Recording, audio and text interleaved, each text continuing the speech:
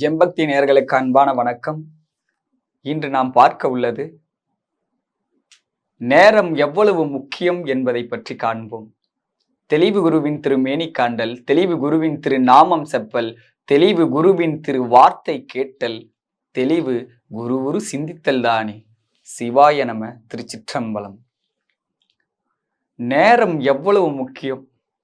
கண்டிப்பாக இன்னைக்கு ஒருத்தருடைய வாழ்க்கையானது உயர்வில் இருக்க காரணம் அவனுடைய நேரத்தை அவன் சரியாக பயன்படுத்தியதால் அவன் சரியான உயரத்தில் இருக்கின்றான். ஒருவன் மிகவும் தாழ்ந்த இடத்தில் இருக்கின்றார்னா அவனுடைய நேரத்தை அவன் சரியா பயன்படுத்தலன்னு தான் அர்த்தம். நேரம் நமக்கு நிறைய நேரம் இருக்கின்றது, அதை சரியான முறையில பயன்படுத்துறது கிடையாது. இப்ப பள்ளி பருவங்களோ கல்லூரி பருவங்களோ அதை கரெக்டா நம்ம கொடுக்கக்கூடியதை கரெக்டா அந்த நேரத்துல நம்ம பயன்படுத்தி அதுக்கு நம்ம இடம் கொடுத்து அதை நம்ம சரியா பார்த்துருந்தோமோ எல்லாத்துலயும் எல்லாருக்கும் வெற்றி கிடைத்திருக்கும். ஒருவன் முதலிடம் வரானா அவன் அதிகமான தேவையற்ற விஷயத்துக்கு அவன் நேரம் ஒதுக்காம அவனுடைய குறிக்கோளுக்காக நேரத்தை ஒதுக்குறான். ஏன்னா நம்ம வாழ்க்கையில எல்லாருக்குமே வெற்றி அடையணும். அந்த வெற்றி அடைவதற்கான என்ன செயல்களை செய்யணுமோ அதற்காக தான் நம்மளுடைய நேரங்களை செலவழிக்கணும். ஆனா இங்க எல்லாருமே அப்படி கிடையாது. சிலர் மட்டும்தான் அந்த நேரத்தை ராவும் பகலமாக அதிலேயே முழுமையாக அதுல திணித்தாவது அதுல வெற்றி கொள்றாங்க. ஆனா எல்லாரும் அப்படி இல்லை. நம்ம மனதுல மட்டும் வெற்றி அடையணும் நினைக்கிறோம்.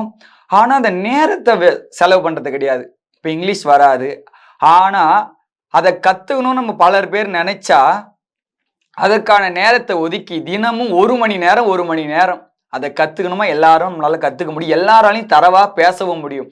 ஆனா தெரியாதுன்றதை நம்ம அப்படியே விட்டுடுவோம். அதால நம்மளுக்கு வராது. ஆனா நம்ம முடியும் நினைச்சு அதற்கான நேரத்தை ஒதுக்காத வாசி நம்மளுக்கு அது கிடைக்கிறது இல்லை. யார ஒவ்வொரு நேரங்களையும் சரியான முறைக்கு மட்டும் பயன்படுத்துறாங்களோ அவங்களுடைய வாழ்க்கையானது சரியான உயரத்தில் போய் செல்லுது.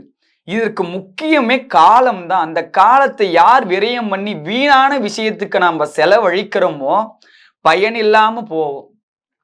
நீ எவ்வளவு நேரத்தை நல்ல ஒரு வெற்றி பாதைக்கு பயன்படுத்துறியோ அத்தனை படிகள் நீ உயர்ந்து மேல போலாம்.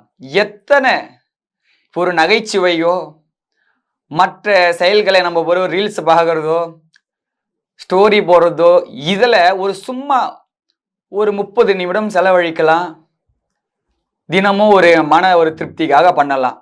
எந்நேரமே நம்ம அதுலயே முழுமையான செயல்கள் நம்ம ஈடுபட்டு இருக்கும் பொழுது அது நம்மளுக்கு பாதிப்பு தான் தரும். ஏன்னா நம்ம போற பாதையானது மிகவும் உயர்ந்தது. அதற்கு நேரங்கள் ரொம்ப தேவை. ஏன்னா நாம மட்டும் அந்த பாதையை நோக்கி போல பலர் பேர் பயணிக்கிறாங்க. அப்ப நம்ம எவ்வளவு நேரம் செலவழிக்க வேண்டியது இருக்குது, அதை பயனுள்ள முறையில செலவழிக்கணும். காலமானது மிகவும் பொன்னானது. அந்த காலத்தை இப்ப தவிர்த்துட்டு அதற்கப்புறம் பார்த்துக்கலாம்னு நம்ம நினைத்தா அவ்வளோதான், அதற்கான உயரம் கிடைக்காது. இப்போ வயது இருக்கும் பொழுதே நேரத்தை சரியானதுக்கு மட்டுமே பயன்படுத்தணும். தேவையற்றது நான் பயன்படுத்த மாட்டேன் அப்படின்னு ஒரு முடிவில் இருக்கும். நான் வெற்றி அடைந்துட்டு அப்புறம் நமக்கு பிடித்த மாதிரி நேரத்தை எப்படி செலவு பண்ணலாம், எப்படி சந்தோஷமா விரயம் பண்ணலாம் அப்படின்றத முடிவு பண்ணலாம். ஆனா வெற்றி அடைவதற்கு முன்னாடியே நான் காலத்தை வீண் பண்ணனா வேஸ்ட் தான். அந்த நேரத்தை சரியான முறையில நாம பயன்படுத்தினாதான் வெற்றியை அடைய முடியும். எல்லாரும் வெற்றி அடையணும்னு மட்டும் ஆசைப்படுறோம். ஆனா காலத்தை தரதே கிடையாது. இப்ப கிளாஸ்ல நான் தான் ஃபர்ஸ்ட் வரணும்னு ஆசைப்படுறேன். ஆனா கிளாஸ் முடிஞ்ச உடனே பசங்களோட சேர்ந்து சுத்துறேன், வெளியே போறேன், இப்படியே இருக்கேன். அப்ப எனக்கு எப்படி வெற்றி வரும்? நான் எப்படி ஒரு சரியான கேள்விகளுக்கு பதிலளிக்கக்கூடிய ஆளா நான் எப்படி மாற முடியும்? மனதுல மட்டும் நினைத்தா போதுமா? அதற்கான நேரத்தை ஒதுக்கி அதற்கான முயற்சி ஈடுபட்டு நான் செயல்பட்டாதானே எனக்கு கிடைக்கும். காலத்தை யாரெல்லாம் வீண் பண்றோமோ கண்டிப்பாக பிற்காலத்துல மிகவும் வருத்தப்படக்கூடியவர்களாக தான் இருப்போமே. நம்ம பள்ளி பருவங்கள்ல பல முறை ஆசிரியர்கள் சொல்லியிருப்பாங்க, இந்த வயதிலே படிங்க பிற்காலத்துல வருத்தப்படுவீங்க. ஆனா நம்ம அப்ப எல்லாமே விளையாட்டுத்தனமாக இருந்தோம். அப்படி இருந்த காரணத்தால தான் உயர்வா நல்ல நிலைக்கு போனவங்களுக்கு நான் சொல்லலை. இப்போ சிலர் வந்து கல்லூரி பருவங்களில் வந்து கரெக்டானமா படித்திருந்தா இந்த நிலையில இருந்திருக்கலாமே, அப்பெல்லாம் நம்ம நேரத்தை வீண் பண்ணிட்டோமே அப்படின்னு நினைக்கிறவங்களுக்கு சொல்றேன். அப்படி வீண் பண்ண வாசி இப்ப நம்ம வந்து கவலைப்படுறோம்.